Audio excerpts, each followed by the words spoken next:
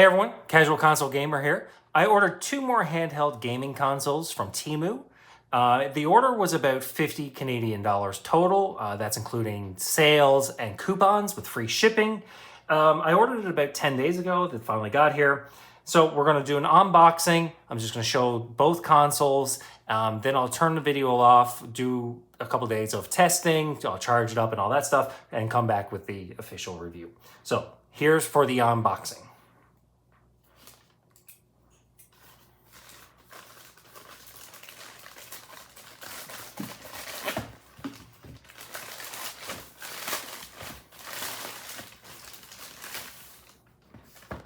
This one's a little squished again, but overall the boxes are pretty good. So I have the SF3000. This was the more expensive one. This is normally about 40 or 50 Canadian dollars, which is about 30 to 40 US dollars. The SF3000. Then I have this one, which is the Retro Game Box Pocket Player. So this is kind of like a Game Boy. So we're gonna look at both of them. I'm gonna open up both. We'll start with this one. This one was cheaper. This one was about $20 Canadian. So you're gonna look for, depending on sales, probably 15 to 25 US dollars, depending on coupons and sales. Overall, the box isn't too bad. If you're looking for a model, GC35, right up here in the corner. Like I said, this is like a Game Boy. Unlike the previous one that I had, this one doesn't have the back buttons or controllers or anything. Like I said, very similar to a Game Boy. Comes with a not even an instruction manual. That is a very brief instruction manual. Reset button. Whenever you press the reset button, it will restart the screen. If the game crashes, press the reset button to restart. Volume button. The volume control on the side increases, lowers the volume. Wow, that's a very thorough user manual. Very short and to the point. Comes with a charge cable here, same as the other ones, and an AV cable or an audio cable. I wonder if this does, no, it just does audio by the looks of it. Yeah, that's an audio jack. So if you ever wanted to hook up to the thing, my favorite part, peeling off the screen protector. There's also this flat back here. Now, does this have rechargeable batteries? Wow, that's really hard to open. Oh yeah, it does have a rechargeable battery pack. You just have to slide off that. I'm not sure how long it will last, but let's see. You got your D-pad, you got your reset button, you got your A, B, X, Y, you got your select, and your start button. Nothing on the sides. On and off on top here. And that's the jack right there to the audio jack for headphones or to go to an audio device. There's the charger, on, off. I wonder what this is. There's a little scroll thing here. I wonder what that does. I wonder if that's the volume. Okay, let's start it and see. Wow, okay. If you watch, that is the volume on the side here. If you watch my previous video, where I had this guy out, this one here, this one's very similar. The only difference is the other one was $5 or $10 cheaper.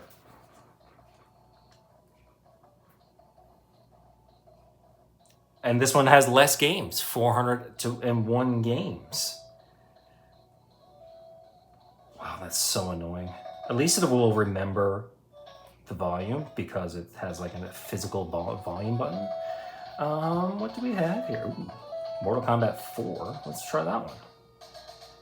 It actually does have Mortal Kombat 4. Okay. All right. Cool. What happens if I press the reset button? Okay. 400 games. The games are different than the other one there, so that's pretty cool. I like that. Still annoying with the music. Still annoying with this sound every time you turn. Wow, that's so bad. Aladdin? Does it have Aladdin? Oh no, that's not the Aladdin that I was hoping it would be. Okay, Double Dragon, Spider-Man? What is Spider-Man?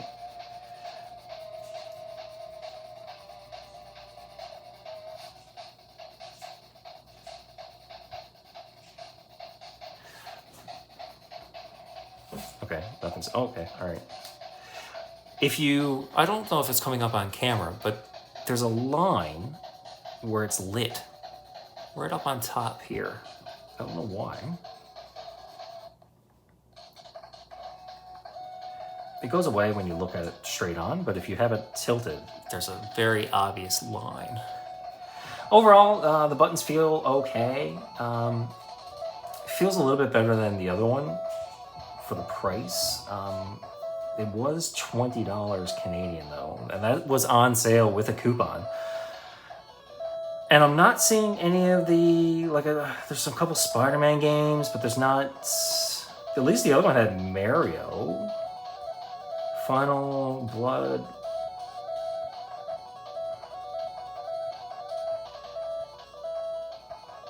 I wish it would stop that every time. I know you can turn down the volume, but no Mario, no Pokemon, no Legend of Zelda. Unless it's called something different. There's Paperboy.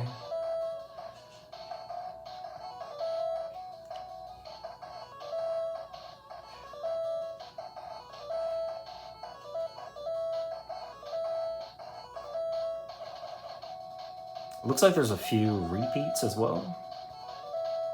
So like I said, I'm going to take this one away. I'm going to charge it, see how long the battery lasts. I'm going to see what games are on there.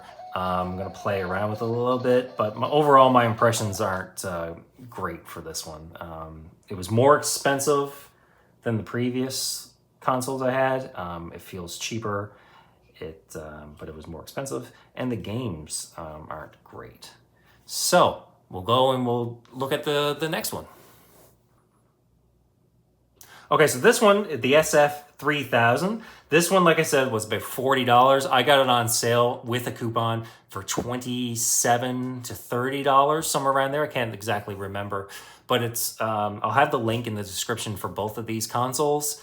Temu's pretty good. The shipping was actually pretty fast, and aside from this little bit of a squish side, it's not too bad. Let's open it up and find and see. It reminds me of a PSP. So this was the one that I was actually pretty excited about. Until I got the coupon on Temu, most of them that I was looking at was $40, $50, $60. So I'm very happy that I could get this one cheaper. We have a user manual. Foam, that's always a good sign when there's foam. Oh, like a quick select guide. Okay. Another charging cable. This one's a little bit longer and better than the other one. And then a USB adapter.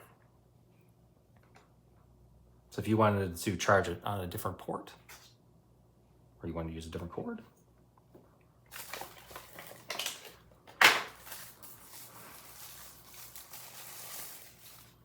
Oh yeah, already I can tell. This is pretty good.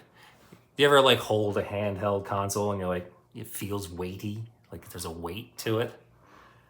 Always good, always good. Hey, this has little stands. Check it out. You can stand it up. That's pretty cool. Has the left and right back buttons here. Let's see, volume, headphone jack. This is the charge port. This is where the micro SD card is. This is the on and off. Has shoulder buttons that actually work as well. So you have the back left and rights, but you also have the top shoulder buttons. You have a joystick here, start select.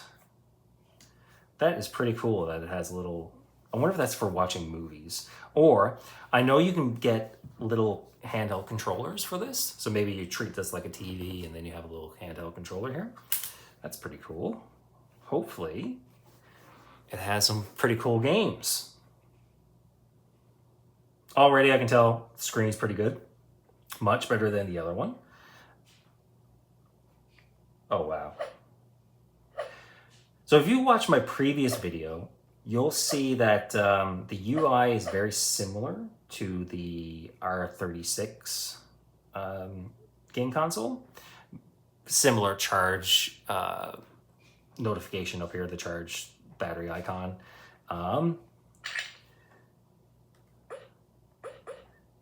And exactly the same games. So if I had to guess, I would assume this one uses the exact same games as the previous. Yes, it does. Okay, so if you watched my previous video, this SF3000 game player has the same UI, the same game select screens, and the same games as this one. And I will briefly turn this one on. I've been using this one quite a bit. I played and beat Mega Man X. I've been playing Super Mario. So you will see that it's very, very similar in that, but this one has a bigger screen. This one's shaped like a Game Boy. This one's shaped like a PlayStation PSP, PlayStation Portable. The UI is a little bit different, but you will see that, like here, Super Famicom, same UI. This screen is a little bit darker than this one, so there is some differences, but overall, pretty much the same games. I wonder if the same total amount of games are the same as well. All 21,000 screens or pages. 22,003 on this one. A little bit different. So, like I said, this SF3000 was regular, well, I think regular is like $80. I got it on sale for $40, and then I had a coupon that brought it down to $27 to $30, somewhere in there. I think it was $27, but don't quote me on that. This one was regular $60 or $80 as well, and I ended up getting this one for about $25. Yes, about $25. So they're comparable in price. I must say that this one feels better. If you like playing the Game Boy, then the other one will probably be more suitable for you. If you enjoy playing a PlayStation Portable, this one would probably be the one you would go for. Oops, I accidentally selected the game. Well, let's see. It's taking a little while to load. I wonder if I press... yeah, same UI as the other one. You press start and select, brings you back to the main page. You can also save state, which means you save your game right where that is, so you can always load in. You're saving it to the console instead of the game cartridge, kinda. And, oops.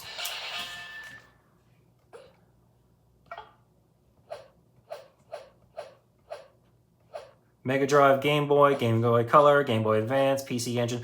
I really like the UI on this one. It's wider, and it has like different characters on the side rather than the other one.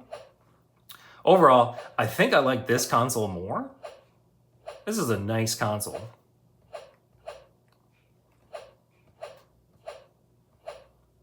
The only problem is you have Sephiroth here, and you do not have Final Fantasy games on this, which is a shame. I wish there was more PlayStation games. There's no N64 games. There's no GameCube games or anything like that. The latest you have is like 20 PlayStation games. It seems like I would play this for Super Famicom, though, or Super Nintendo. because of the screen is shaped like a regular TV, it doesn't... This one is shaped more like a regular TV. Whereas this one is pulled more widescreen aspect ratio, like a PlayStation Portable would have been. And because of that, you can see that there's a difference in how the games look. If I bring up Mega Man X, you might be able to see it. So while you do get a wider screen in this one, here, I'll just turn off the volume of one of these.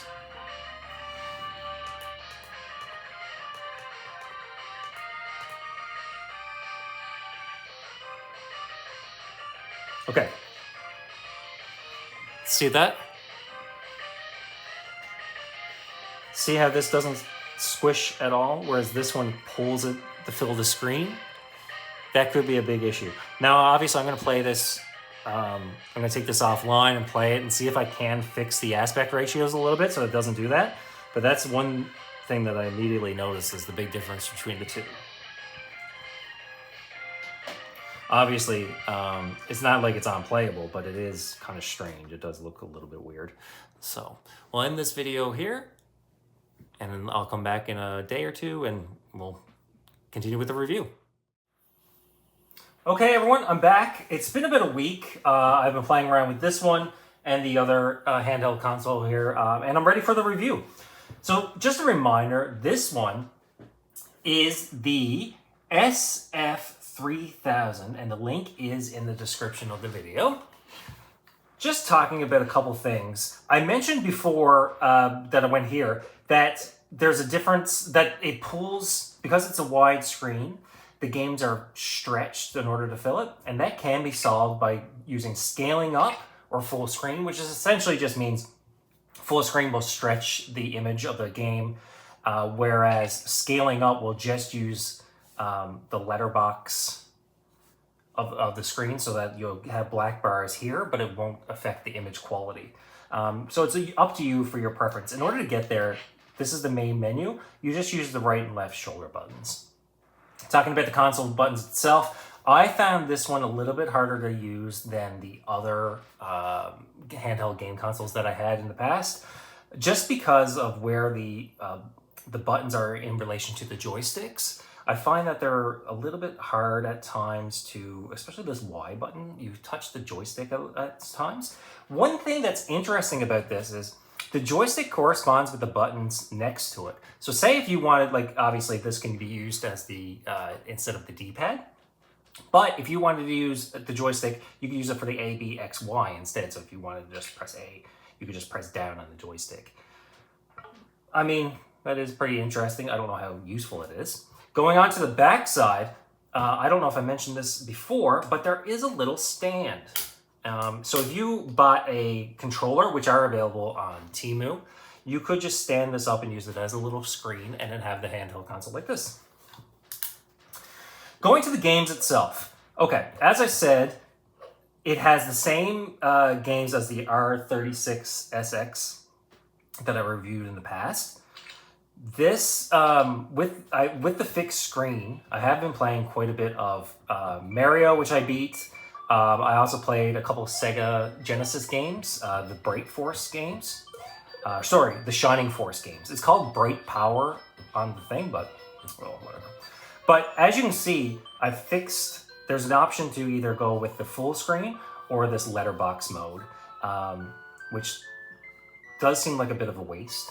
Whereas the other Square console used more of the screen. This does seem a little bit bad, but everything else is exactly the same. Press start and select to bring you to the main menu. Now, as I said, I have been playing a lot of Sony games, the Sega Mega Drive. And it's actually pretty good. Everything it has almost the same amount of games as the other one. I think it has a few different options, but overall, it's pretty much the same. The Sega Master System is all here. Overall, it's a good console. It's not worth the extra money. I got this one on sale with a coupon for $27. The other one that I had here, the Square R36, was about the same price, but this one's regular $80, but you can get it on sale for $40. Without a coupon, you're going to pay $35 to $40 Canadian, which again is about $30 American. The UI is pretty much exactly the same. I do really like the artwork on the menu. I think the UI looks better on this one than the other ones. Really nice artwork. I really like it. Let's just go into play something and you can see how it is. I've said before that I played and beat Mega Man X on the other one. Mega Man X is one of my favorite games. It's one of the ones I remember from the Super Nintendo the most. That, Chrono Trigger, Super Mario, I've been playing all of those. It's so convenient. The battery on this one seems to last me about 4 to 6 hours, depending on the game and how much you're messing around and that kind of stuff. The volume is really good. You can change that. There's a toggle up here, right here. Somebody mentioned in the comments of my previous video that the SD card has a tendency to fail in some of these and the other ones. I haven't experienced that. I played for about a week. I've put dozens of hours into this one and the other one. Haven't had any problems with the SD card. But if you do, you can just order a new SD card and put the UI and all the games on it. But I haven't messed around with it or anything like that. One thing I will mention on this one is the buttons seem to be reversed. Now you can key map it into the main UI menu, but generally what this is supposed to be is A is supposed to be jump, and B is supposed to be dash, and Y is supposed to be shoot. Or sorry, X is supposed to be shoot and Y is something else. It's flipped. For whatever reason, they flipped it. And I said before that you can use the joystick. Like, look, if you want to, if you want to jump and shoot with this, it's a little bit tricky, but you can do that if you want to. I assume it would be pretty good, especially because you can hold it on. It's pretty interesting. Really good sound on it.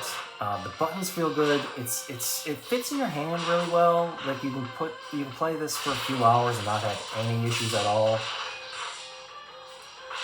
One thing that I didn't mention in my other video that I will mention here is the saving. I don't think these games save on the console itself. When you go into the in-game save, I found in Mario World and a couple other games that it doesn't save. You have to use the save state. Now, that's not a huge deal because the save state is really easy to use. And you have multiple to pick from. You just press A. And you can load, and you have multiple to choose from. You can save and load directly. So it's not the end of the world. But if you are just picking up really quick and you want to play it, and you don't think about it and you save and you're like, oh, well, I just saved it. Chances are your game is not going to be saved. So you have to use the save state. Just as a reminder. Not a huge deal, not a game breaker. I do like it in this mode better than the full screen mode. I found that it does look a little weird when you full screen, just because it's stretched and it just doesn't look the same. But I do wish it was less wasted. The only other option is to pull it out even further, but you would cut off all of this up here just to zoom in more. So rather than stretch it, they could have zoomed. I think you're really stuck between, do you lose some of the screen? Do you stretch it? Do you zoom in and cut off? It's really awkward.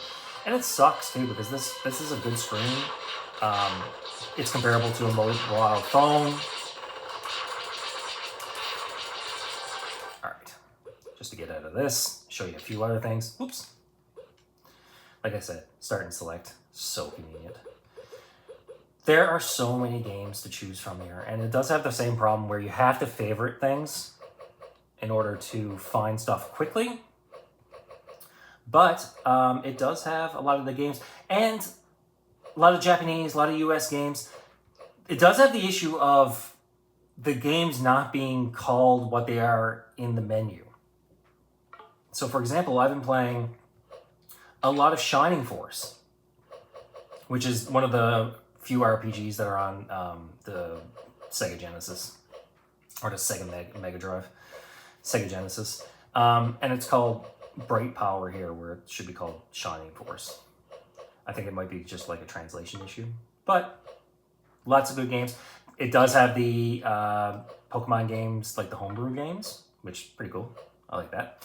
So overall, this console is not worth $40 or $50. It is worth $25 to $30 if you can get it from Temu on sale with a discount coupon, which I did. I got it for $27. I think that's a fair price. Just be aware that it does have the letterbox or screen stretching issue. So we'll end this video here, and I'll talk about the other console, which is unfortunately not good at all. So just as a reminder, I paid over 20 Canadian dollars, which is about $15 American, for this console. Now, in comparison to the previous video, that was about $15. This is an inferior product for $20. It's way too expensive.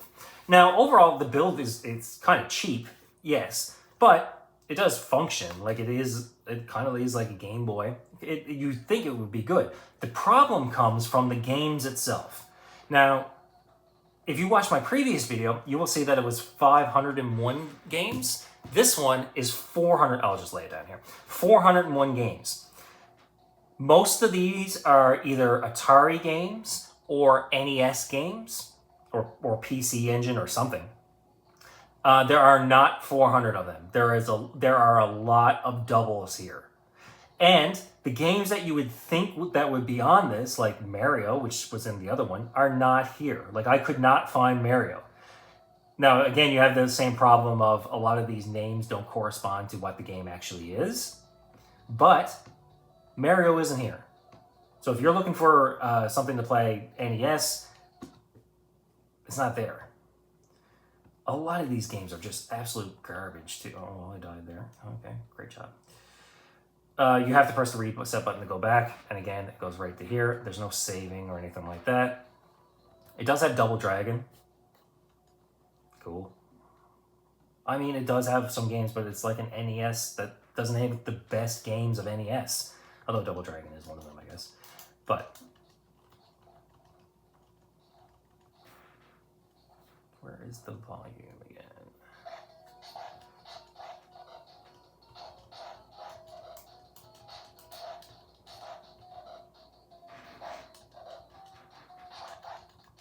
Oh, I suck at Double Dragon. The music is a bit better. But again, for $20, this is seriously lacking. It doesn't have 400 games. It has like 250 games. And most of those, you don't want to play. I don't even know how to play this game. Spider-Man. I've never played that before. It has Paperboy. Yay. If you like Paperboy. The NES version of Paperboy. Oh yeah, I forgot you have... These are the houses that aren't customers. Okay, so you have to remember that. It's very light. The battery doesn't last very long. You get a few hours out of it. It's cheap. If this thing was like $10... Did I use all my papers? Oh no. Go to my papers. Oh, I thought I had hit that car.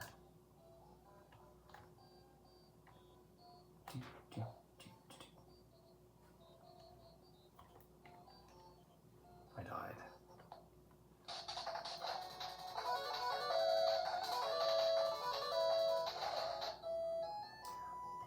Aladdin 3, which is killing bees. If you want to kill bees. Bubble Bobble. Bubble Bobble.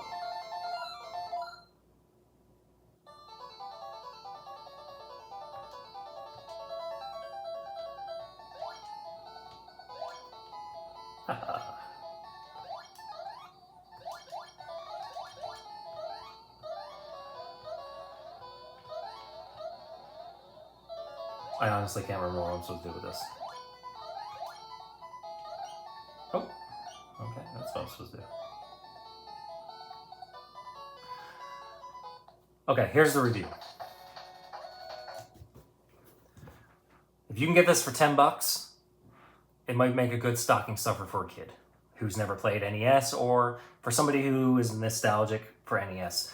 Unlike the other consoles, you can't use, it doesn't have an SD card to switch out games. I looked it up. I tried to look it up and say, okay, well, can I switch out these games? No, it's flashed onto the console itself, so there's no SD card or anything to do it. There is apparently a way to, I don't know, jailbreak it, I guess, using the port here and maybe flash the BIOS, but apparently it's a really hard process and you need specialty equipment to do it. And at the end of the day, it costs enough money that, like, just buy a better handheld. So the review is, don't buy this. The link is in the description if you want to check it out to know what to avoid. But pretty much they all look like this, just in different colors with the 4 buttons and stuff like that. Or variations on it. Sometimes there's reset buttons down here. But avoid this one. That's the review. If you're looking for a handheld console, go back to my previous video. Pick up the R36SX. I think it's a great handheld. I've been playing it flat out for like the last few weeks. I'm in love with it. It's great. And avoid this kind of trash, I guess, is the word for it. Trash. Thanks for watching. I'm the Casual Console Gamer, and I'll see you all in the next review.